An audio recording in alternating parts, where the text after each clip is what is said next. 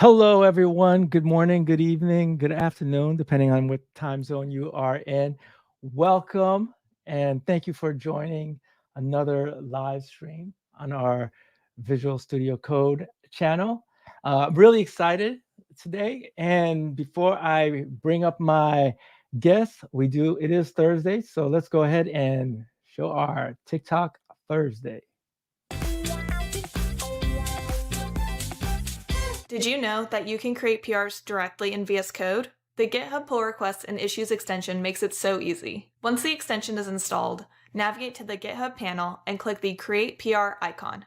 In the Create view, it will automatically try to detect your base branch. You can add assignees, reviewers, labels, and milestones. You can edit the title and description, and you can also easily view diffs and commits. No need to leave the editor when making your PRs.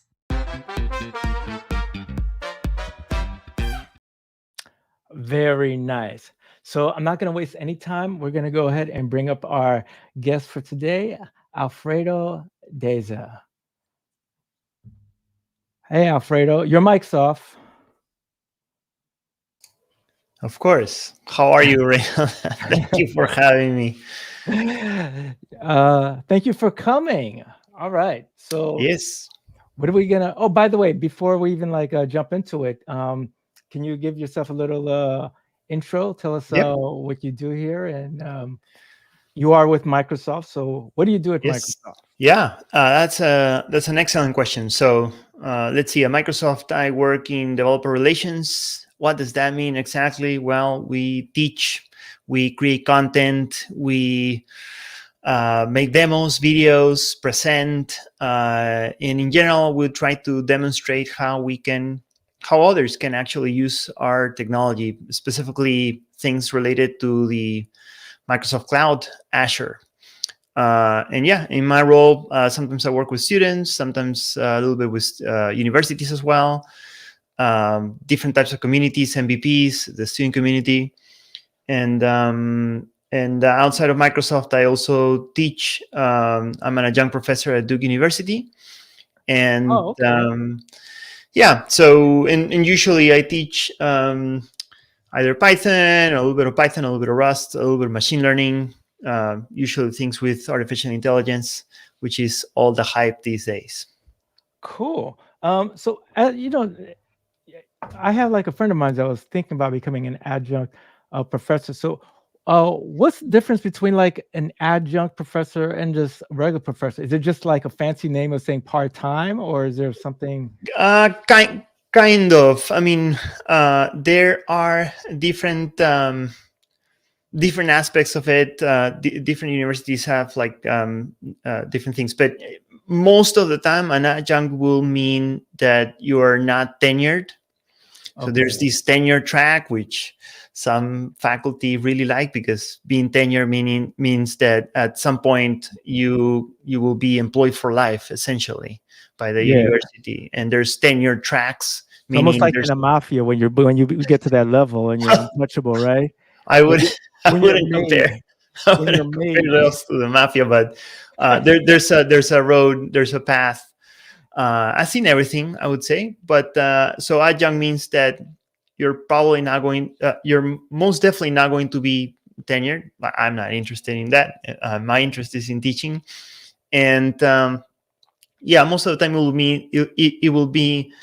mean that you're not there full time teaching or involved with the university. And I'm not. I'm full time with Microsoft, but teaching is an amazing thing for me, and I really like it, really enjoy it, to be able to spread the knowledge. Yes, awesome. Some guests are starting to drop some comments here. Dev Gaurav Jat, thanks for coming. Yes, we all do love. I love VS Code also.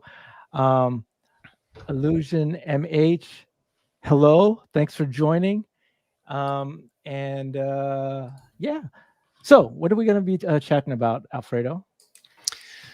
Well, today I wanted to talk a little bit about packaging in machine learning. Now, when I got started with packaging, I was really nervous. Before joining Microsoft a few years ago, I used to be a release manager for this giant open source project, and I had to do the packaging, meaning these pieces of code that were being built had to be distributed to different types of at that time Linux distributions. So I had to figure out the packaging for many different Linux distributions so that you could run a server, install the packages, and run it. So when I started with machine learning, I was like, what does packaging mean? So Yeah. today we're going to talk about packaging in machine learning, and we're going to demystify what it is, how it works, and I'll give you some tips and tricks on the things that you can do. And but in essence, what it is that we're going to grab a machine learning model, put it into a container, and then ship it. That's it. We've solved packaging in machine learning.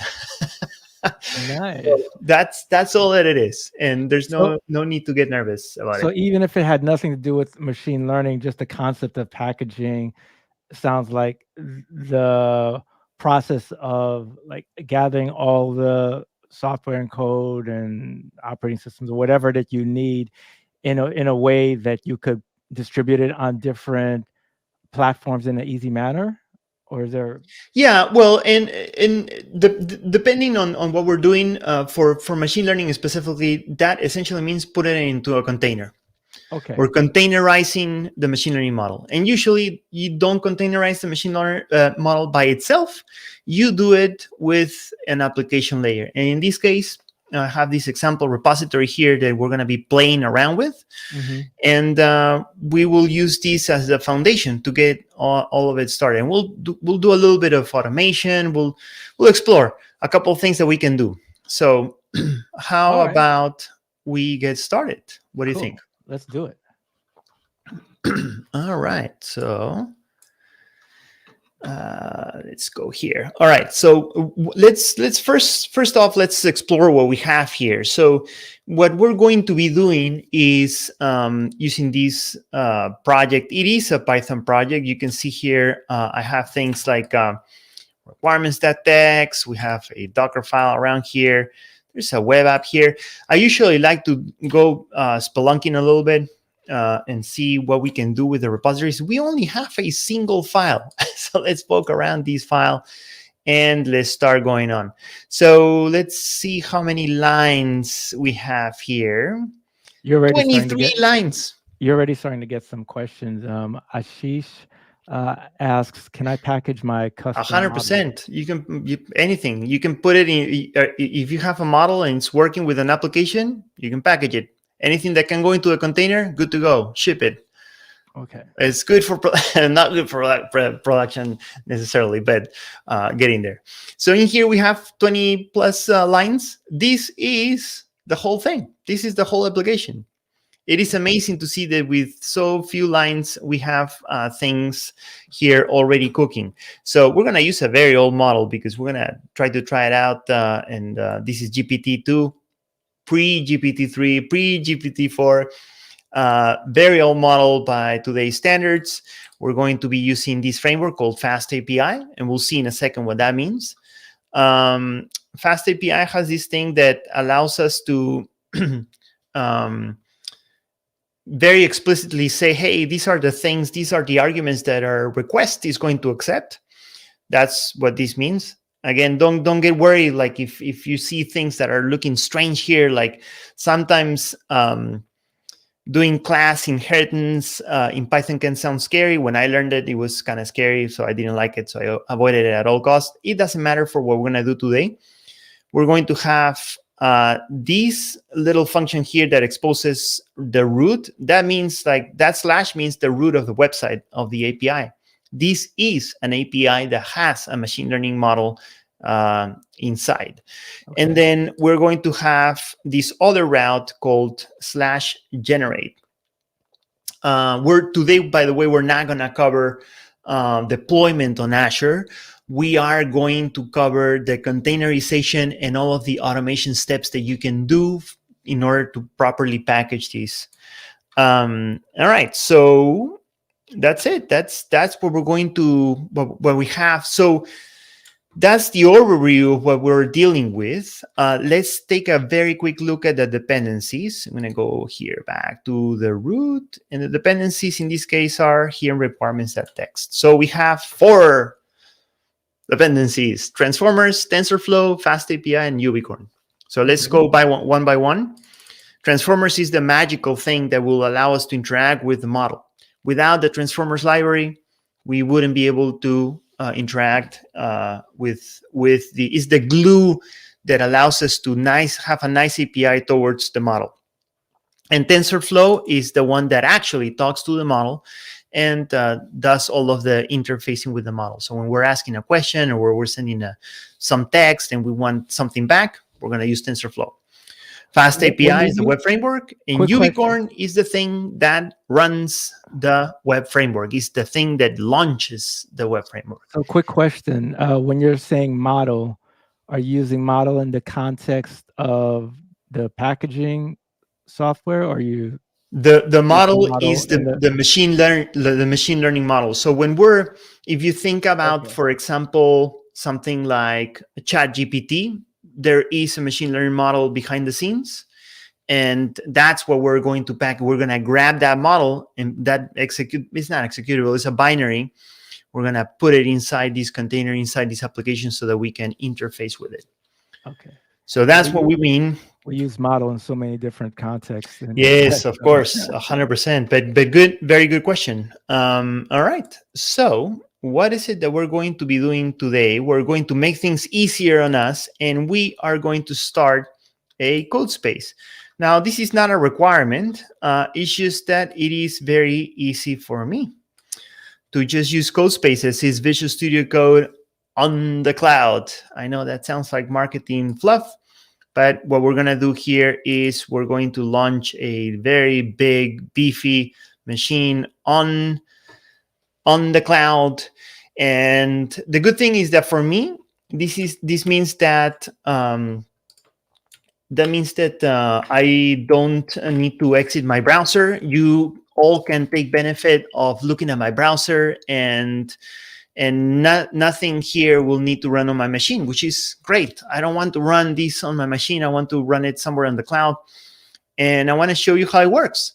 The first step the first step here is to verify it works. We don't want to ship things into production that don't really work, right? As engineers, we need to make sure that whatever we're building, that's happening in a way that it's compelling, that is interesting, that we're doing things that are they're actually working correctly. So I'll click here so that you can see the logs.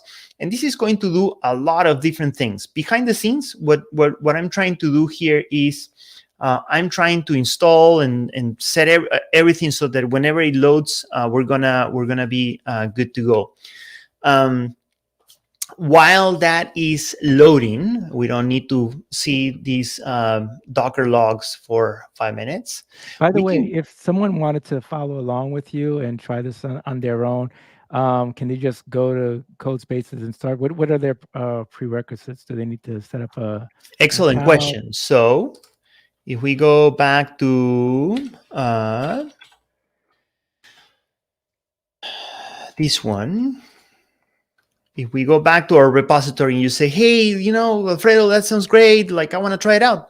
Perfect. All you need to do is go right here to this big green button, and then you click it. Anyway, like if you have a GitHub account, if you're signed in, you can click this button and you will be able, sorry for the scrolling, you will be able to start a code space. That's it. And that means that the code space, the environment, that VS Code environment in the cloud that will run in the browser, you will be able to run it right there, no problem. So that's the idea. And free. It has a free, not a free tier, but like a threshold of hours that I believe it's 60 hours. You can use 60 hours without without incurring in any costs, and you're good to go. So, but this is not mandatory either. You can clone these, do it the old-fashioned way, where you click here, you go local, and then you find a way how to clone these to your local environment, and then get that going. Nice. Okay. Good to know. Let's go back to this thing, and we have things that are loaded. And this looks pretty good. We have everything here. We have a Copilot. I really like Copilot as well. And we're going to be using it today to play around with this interface. Okay, so what you see here is essentially Visual Studio Code. Like nothing really weird. Everything's the same, except it's running on the browser remotely on the cloud. And actually, if we can poke around here the system. So we say OS release, we will get that this guy in reality is Debian Linux 11. So pretty cool, because that means that this is 100% not my system. Now I can have something reliable. Like Reynald, you could open this code space too, and actually anyone that is watching the stream today, and they will get, the same environment with the same dependencies. Everybody the same thing. Nice. And that gives you that confidence that wherever you're going to make a change, well, things are going to work everywhere the same. It's not going to depend on my machine or your settings, for example, which is pretty cool. Kagan, by the way, this is really exciting for some people, because Kagan Riv is saying that I'm going to sneak watch this video while our Supreme Court session is underway.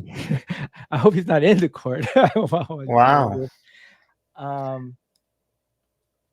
Okay. All right. So let's see.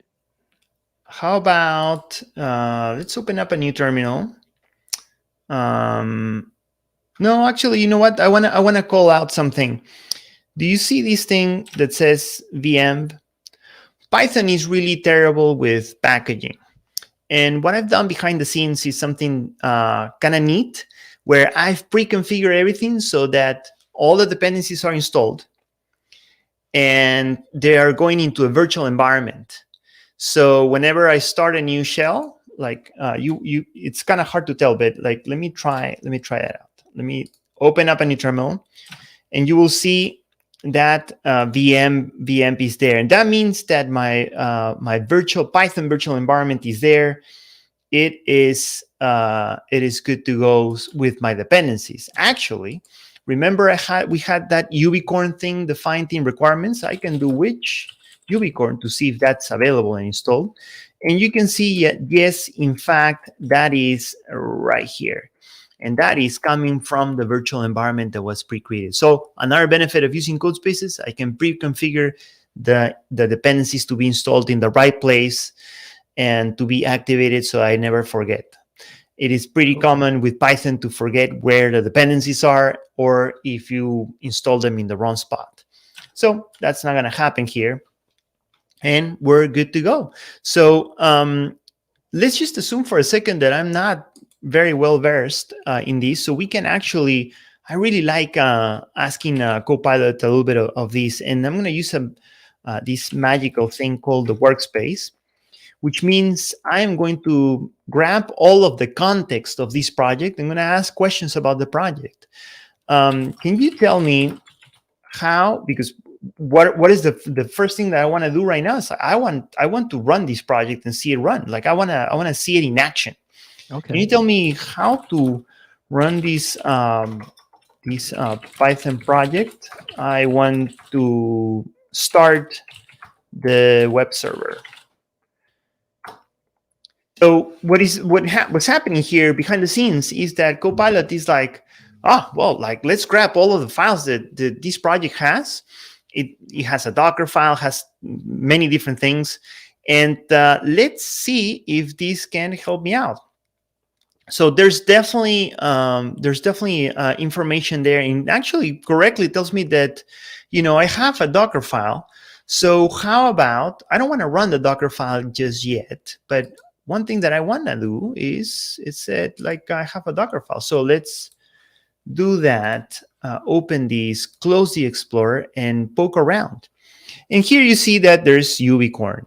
So that entry point, that is the executable, and these are the arguments. This main thing is the Python file, and app is the variable defined inside the main.py file. So let's go ahead and do that. That file is under web app. So there you go. That's main.py. So we need to be in the web app directory. So let's change directories and then do that. Let's do ubicorn --host 0.0.0 means I'm going to bind myself to any and all addresses inside this host. So I don't really care which one is it. And then run main.app. And maybe if we're lucky, this will work. So let's see what's going on. All right. First thing that's happening, do you see that download at the very bottom? Yeah. That is downloading the model. It's happening dynamically. So that was pretty fast. So yes, I wanna open in browser. So what's going on here? Can you Reynald, can you see my awesome front end skills here with my HTML? It's minimalism at its best. Yes, this is this is a very minimal way to make a website. Just like you slap in a little bit of HTML and then you're good to go. Yeah. So let me show you what's going on here. By the way, so you're in a Docker file. For those that are like new to Docker, do they feel like they need to like learn Docker first in order to? Well, right now we haven't actually done anything with Docker except open the Docker file to see how to run this thing. We haven't built anything with Docker. We're just poking around, and we're in our development environment, and we figured out a way to start it, which was with Ubicorn. So if you wanted to get started with this and you have no idea about Docker, no problem. Zero problems. You're still good to go. We're going to get to a point where we're going to need to do a little bit with Docker, but I promise I'm going to make it super easy and super straightforward and not painful at all. But right now, no Docker yet. We're in the development environment and we've just started up the application. And if you remember, in main.py, we had our root right here, and that's our amazing HTML with an h1 tag that I'm returning. But we also have a generate one, right? Now, one of the really cool things about this fast API web framework is that it's self-documenting, and it has a /docs, a special magical endpoint that we can use to interact with our API. It will talk behind the scenes. It will talk to our endpoints, and it will tell us exactly what's going on. So let's head back to this thing here. And at the very, very top, I'm going to do /docs. And look at this. We get this thing. I haven't built this, by the way. This comes by default. If you build something with Fast API, this will come by default. And everything you can see here that our routes are correctly documented. One is root, and the other one is the /generate endpoint.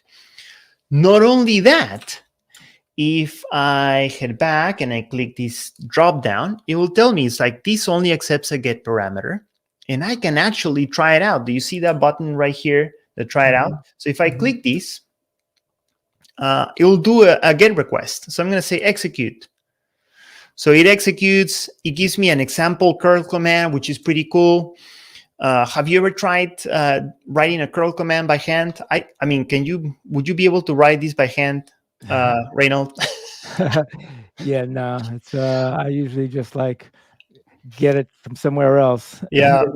This is this is not good. So there we go. We got the response. And if you're like doubtful and like, I don't know, zero trust. Let's not trust anything that is happening here. Let's see if the web framework is seeing actual action. And you can see that, yes, it is actually getting some action right there. So now for those that aren't familiar with like Fast API, to really appreciate it, like, could you tell them like if they weren't using Fast API, the pain that they would have had to like go through to like, do the document? Could you like point out like you would have had to like write this yourself? You would have had to do this. Yeah. So the amazing thing about Fast API is again that it exposes this self-documenting thing that it allows you to interact with your own API. So if you didn't have this, you would have to do something like this curl request right here. You will need to figure out the URL where your application is running. Usually it's localhost, but you would have to figure that one out. You would have to get the correct endpoint figured out as well, and then you would get you will get some output like this one, and you would it's like, well, okay. And then if your endpoint requires arguments or a JSON body or doing stuff like that, then it would also be kind of tricky. You would have to figure those out on your own. Got it. All right. So let's see. So we have that already. But that's not very interesting, though, right? Like that's just HTML. Like where's the good stuff? Where can we have the actual interesting stuff? We have a model. We have a machine learning model. So that is that /generate thing. So we can see here that the example body that we need to send is a JSON payload. JSON is a data format for sending data over. And our API allows us to send this thing in this format. Text is the key and string is the value. This is a model that allows us to send some text and it will generate some completion text. So we can say that we want to try it out. Do you want to try it out, Reynald? Yeah, let's do it. Why not? So as soon as I click that. I'm just about to answer Ed, but our assistants went ahead and responded. This about Visual Studio Code is for any browser. Yeah. It does not matter.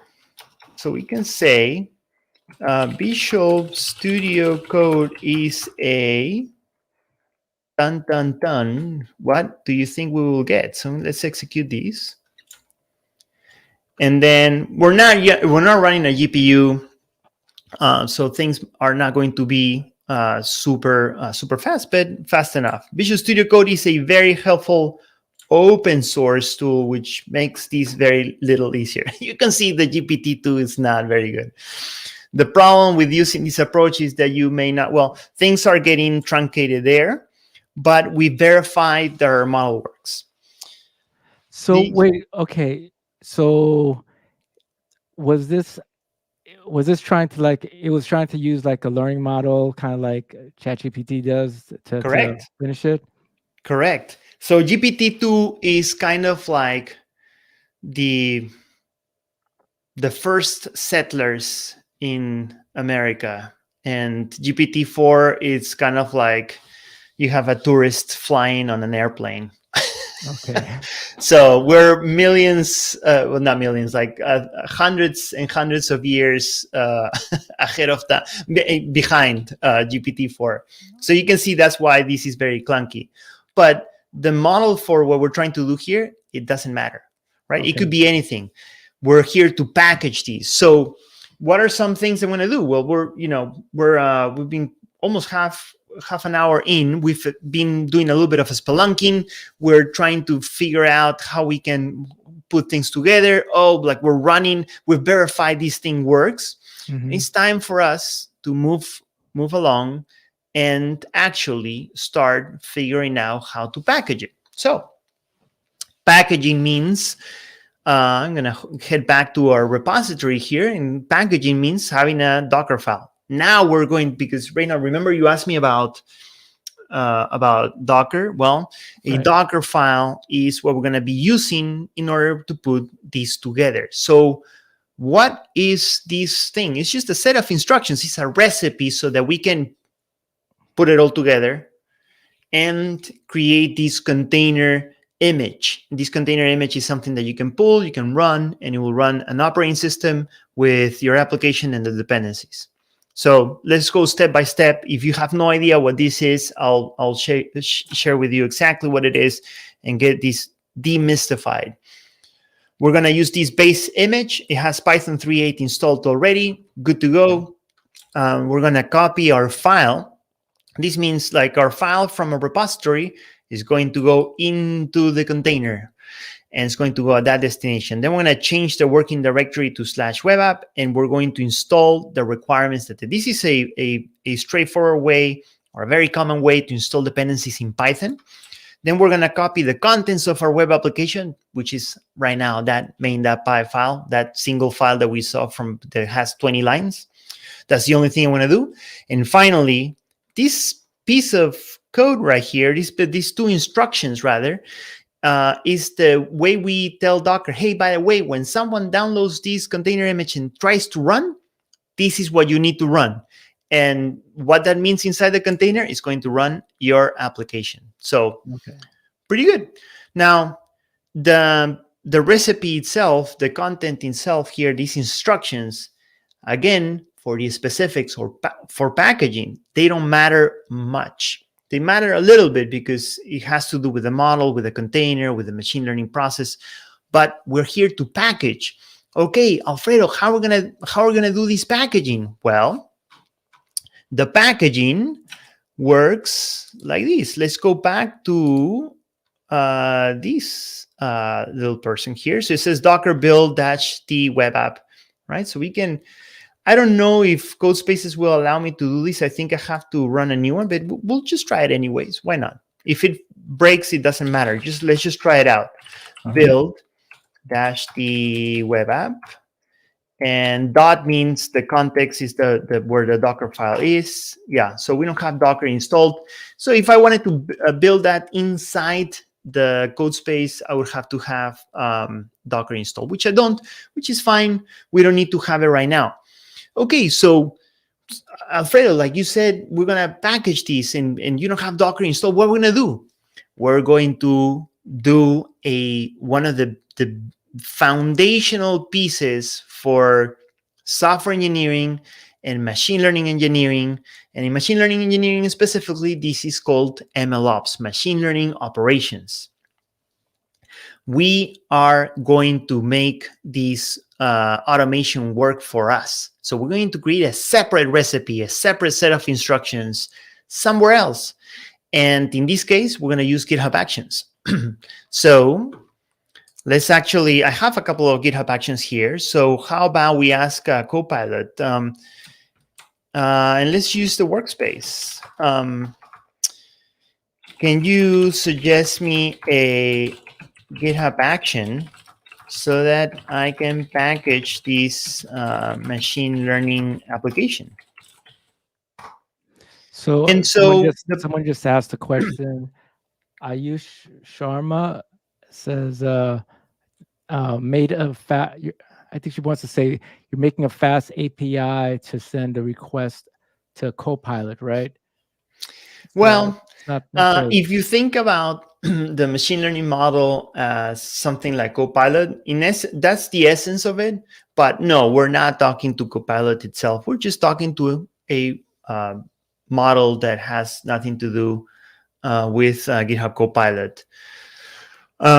So let's review here for a very quick second what we got. And sure, you can use the following GitHub action workflow to package your machine learning application. And this workflow will build a Docker image of your application and push it to the GitHub container registry. Create a new file. So we need to do a couple of different things, here. And one of these things is that we need to create this file and we need to create this recipe. What is workflow? What is GitHub Actions? Mm-hmm. Things start feeling kind of complicated, right? Because we're browsing different files, we're trying to look for different services. What we're trying to do, remember how I don't have Docker right here in my terminal? Mm-hmm. We're going to tell GitHub Actions, you build these. Now it's your responsibility, like you're delegating. You're like a super manager. You're like, Now, GitHub Actions, this thing that I don't know how to do this thing with Docker, you're gonna do it. Now it's your responsibility, not mine. So go do some work. And we're a good manager that is delegating good work allows its its direct reports to do good work with a clear set of guidelines, and that's what we're going to do here, setting up a couple of things. So we already have that cooking. I already pre-made it. I cheated a little bit because I already made it work. So let me head over to our application, to our repository here, and let's go through my file here that I have in GitHub Workflows, and I have main.yaml. So this is YAML syntax. It's a simple file, and the only thing that you would need to have something similar would be to create .github/workflows and then a YAML file. So let's go step by step of what we're gonna see here. You can name it whatever you want. It's always going to require a name, and then you can control how this is going to get triggered. How is it going to get executed? This little oddly named thing called workflow_dispatch. It's weird because the thing that it allows me to do is a button appears in the menu that allows me to click it and run it. That's what workflow dispatch means. Okay. Otherwise, I would have other options. Like if you make changes, for example, to the pull request, to the code, and you open a pull request, you could also trigger it with one of these definitions. Let me answer this question. Can you explain what's use of GitHub Actions if Docker is used for containerization? Yes. Well, GitHub Actions is going to help us do this automatically.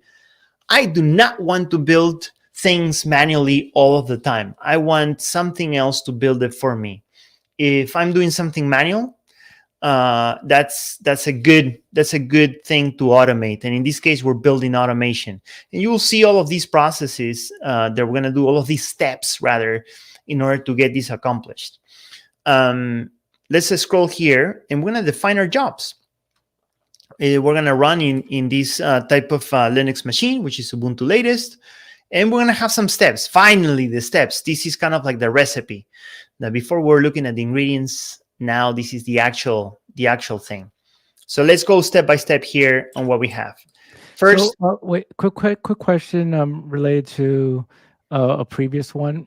When someone was asking regarding this was related to Copilot. So it's not, but if somebody did want to do this and then point to like the same model that Copilot uses, are they able to do that, or would that be okay? No, so Copilot runs somewhere else, right? Where it's not under control. What you need is to have your own model and define, where is it going to live, where is it coming from, and as long as you have that, good to go. Copilot is something completely foreign. It's kind of like seeing something in your TV, like you're watching a show. It's like, well, but that's the show. It's like, yeah, but it's somewhere else. You don't control it. It's unreachable. Yeah, I didn't out know of your hands.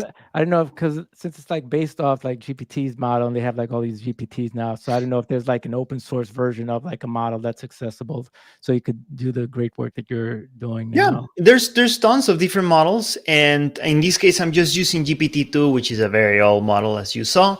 It's kind of clunky, but yeah, you can. There's tons of different models out there that you can try and create your own application. Okay, 100%. All right, so on to the actual recipe. We're gonna get all of the contents of our application. Then we're going to use this little helper, which is going to set Docker up for us. Remember how I didn't have Docker installed in my system? This is going to go into GitHub and say, I'm just gonna get Docker ready because we're gonna do some Docker stuff, it seems. Got it. This thing right here is actually magical. So let me explain what it is. We're going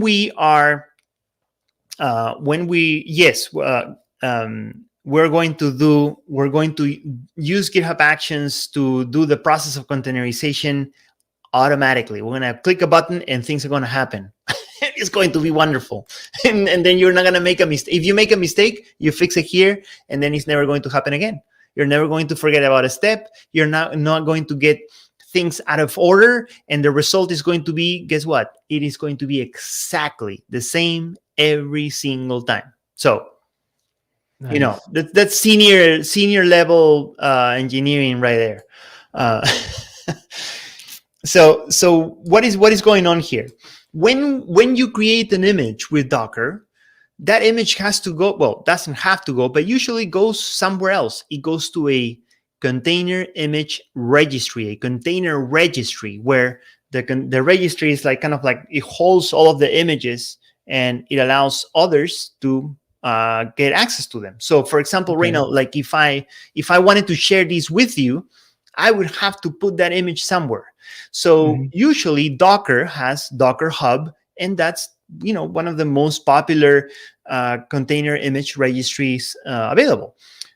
So you could actually configure these to put it there. I chose a slightly different path, and that path is to use GitHub again. GitHub has its own container registry. So this little piece of these few lines, these instructions that we have here, is like we're going to authenticate to this registry here. This registry here is ghcr.io. Can you take a wild guess what that means? GitHub container registry. It's the GitHub container registry. Like GitHub gives us this for free, like up until a point where you have a certain allotment of storage of space. But ghcr.io is the GitHub container registry. This could very well be Docker Hub, by the way. The process is the same. Another plus. What's an advantage? Is it like less expensive using with GitHub? Or? So the advantage is, well, if you wanted to keep this private, you could keep it private. The only person that can pull these things from this, I think I would have to be authenticated. I would need to authenticate towards GitHub.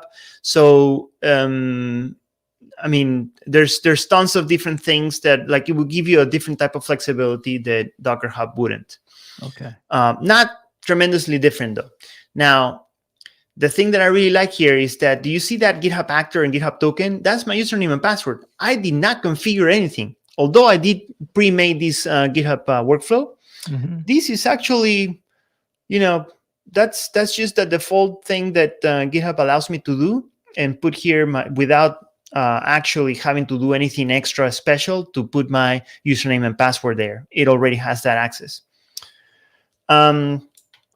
All right, so let's, this one is not really important. It's just making sure that the repository is all lowercase. So because we're gonna need that variable later.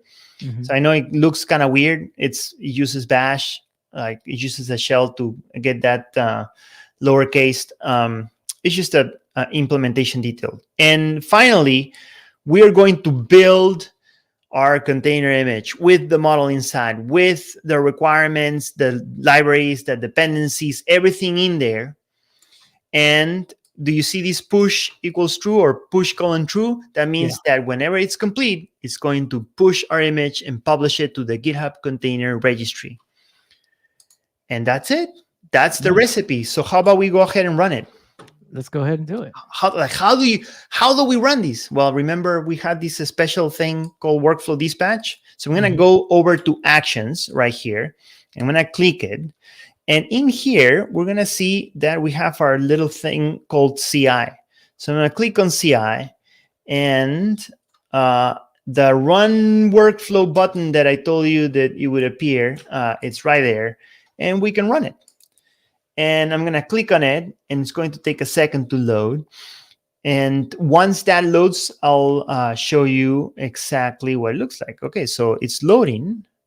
When I click here, build, and let's take a look at the log. So these are all the steps. These are all the steps that you would actually need to do in order to build these manually.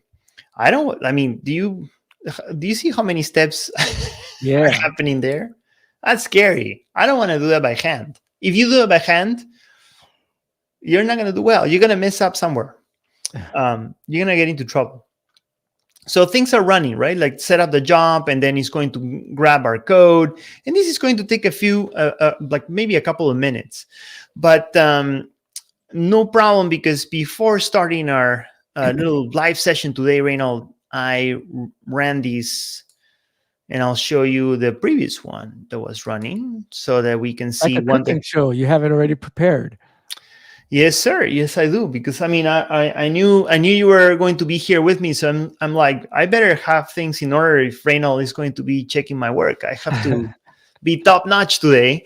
So you can see that it took 2 minutes and 30 seconds. Let's not wait 2 minutes and 30 seconds. Let's just click here and see all the stuff that happened in the build, and all of the things that, things were like pretty fast. 1 second, 1 second, 6 seconds, 0, like logging in, lowercase, build and push container image to registry. So let's take a look at what's going on here.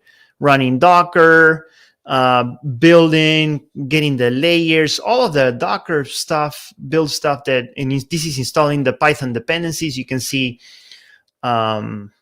libclang, keras. I mean, there's tons of requests, all kinds of different Python packages. And I'm going to scroll super fast, all the way to the end. We're getting some warnings. It's copying. Remember this instruction, Reynald, that we saw before? Yeah. So it's doing all that stuff for us. Nice. This is wonderful, because now we're not going to forget. It's like, oh, Reynald, did you remember to copy the stuff into the container? What are you gonna say? Well, I don't remember. That was Friday of last week. I was ready to call it a week. Right. I don't remember. This is all happening automatically. I think it's wonderful. And at the end, it completes and it posts, pushes to the container, and it's pretty cool. And it's like a well-organized log too. It's not like a text file you got to open up. No. And you can collapse sections. You can say, oh, how about this one? I want to take a look. Oh, look at this. And then you can keep expanding, right? Nice. So what happens at the end? Okay, yeah, Alfredo, like this looks like it did something. Like, what does that mean? Well, if I go here, this is amazing, by the way. You're gonna like this. Look at this. We have one package. So let's click on that one.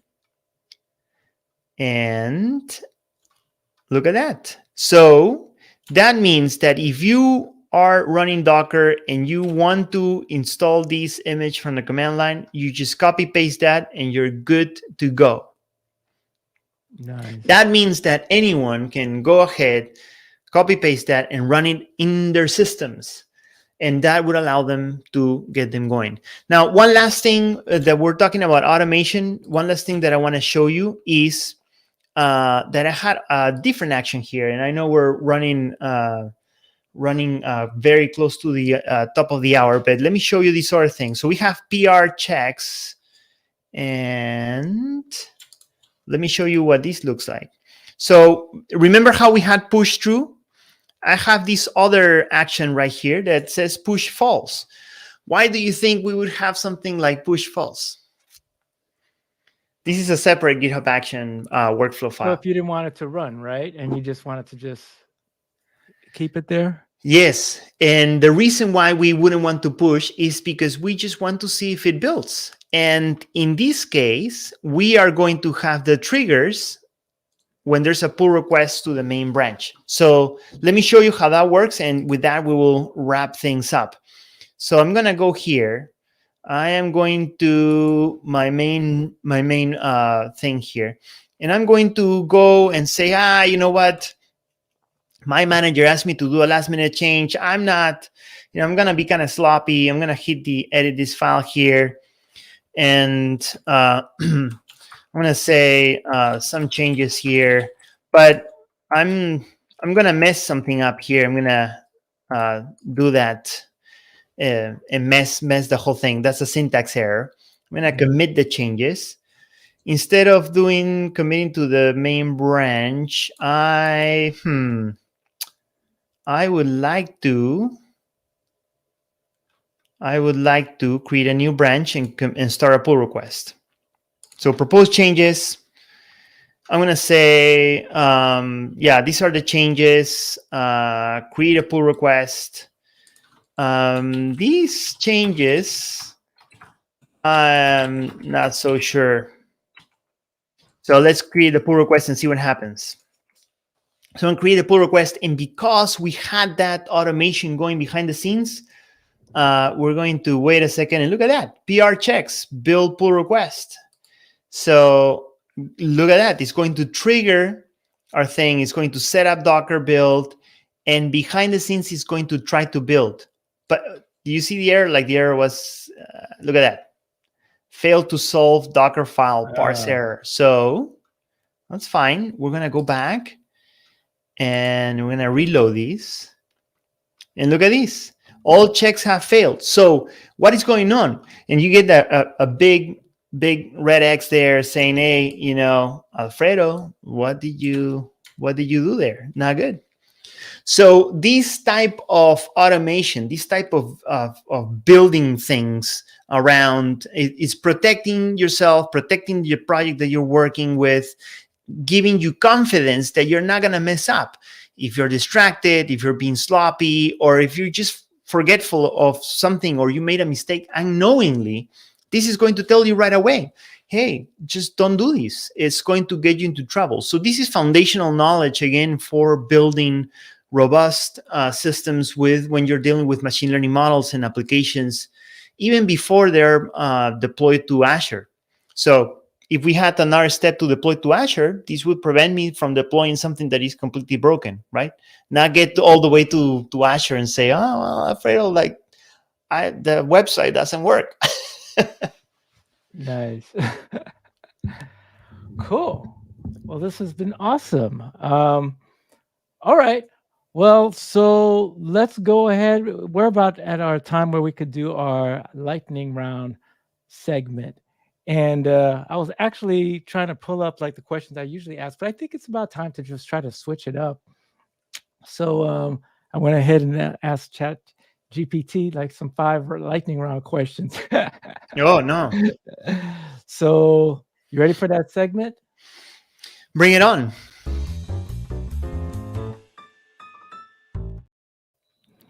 All right. So the rules of the game is just basically the first answer that comes to your head when you're asked this. Okay. Okay. We'll try my best.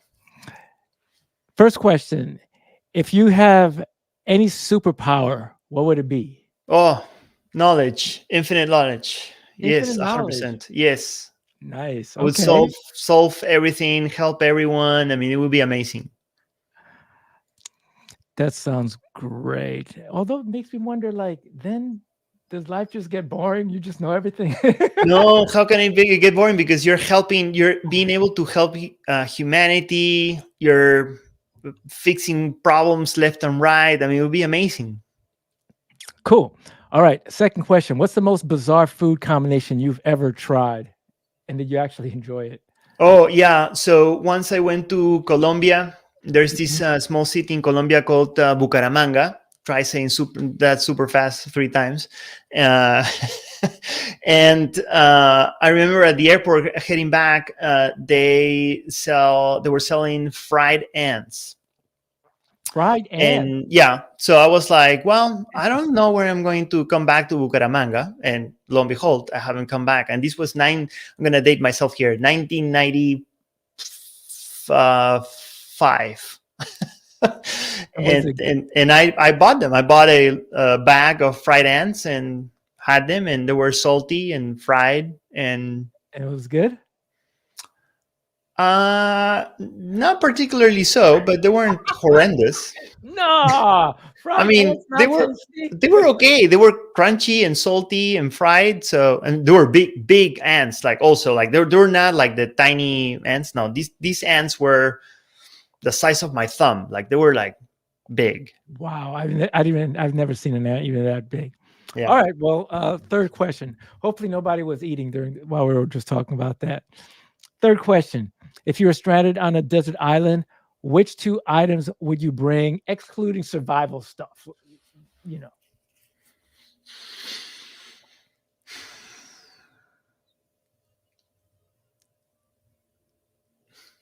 Wow. I need to have like background music, like thinking music. Yeah, you know what? That's a tricky question because I don't. I think that's I try my best every day to not be attached to Stuff. things, and I think that my inner training on feeling detached from physical things is fighting internally to give you an answer. So I would say nothing. Like I would say, that's it. I'm here, and if I'm able to survive, then that's good enough. I like that answer. There's like a whole documentary on minimalism on Netflix, which was like really good. And I feel like being a minimalist keeps my mind like at peace. The only thing that I struggle with is like detaching myself from my phone, which a lot of people have issues with, but I completely get it. All right, last two questions. If you could switch lives with a fictional character for one day, who would it be?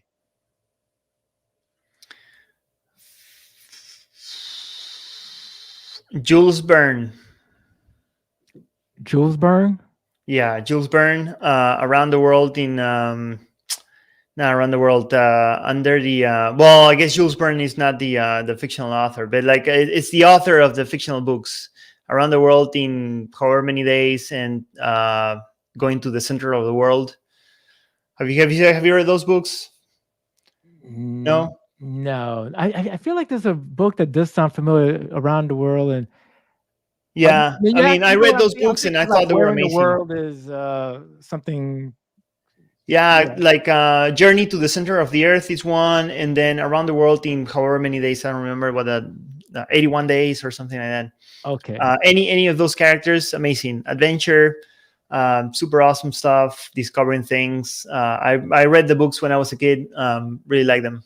All right. So Cool. not technically Jules Verne, but any character in those novels. Nice. And the last question is, if you had a talk show, who would your first guest be? Oh, tricky question. If I could pick anyone, It could be anybody. It could be someone famous. It could be someone you admire as a mentor. It could be someone. It could be someone. You know what? It could be someone that's not alive now from the history. oh wow, like yeah, then that they gets starts getting interesting. Yeah, if I could get anyone, I would definitely pick either Marcus Aurelius or Epictetus. Marcus Aurelius was a famous Roman emperor, and Epictetus was a famous Stoic that he started as a slave and then Mhm. became a famous philosopher. Amazing people with tons and tons of Stoic wisdom on how to live a better life and help others. So Awesome. Excellent answers. And then Ed chimed in. I mean, he put down H.G. Wells. All right. So thanks so much for joining Alfredo. Now, if you got like some new fans from like the live stream and they want to like get a hold of you, stay in touch, what's the best way to reach out to you? my LinkedIn, I always post there, share videos like this one today. I actually posted that. Yeah, if you search Alfredo Deza on LinkedIn, you'll find me. And yeah, excited. Thank you so much, Reynald. Amazing opportunity for me to be here. Always happy to show and demonstrate these things with projects and demos and things that we do at Microsoft. And yeah, hope I can come back and we can keep chatting and doing Absolutely. more demos and things. Absolutely. And this was fun. And yeah, thanks for not bailing out on that last question. I don't know why so many guests, they're like afraid to be like it's like an award show and they're afraid to leave somebody out. And they're like, yeah, everyone. No, everyone. No. Yeah, that's Yeah, not a very good answer. All right. Thanks so much, Alfredo. Of course. And thanks everybody for joining.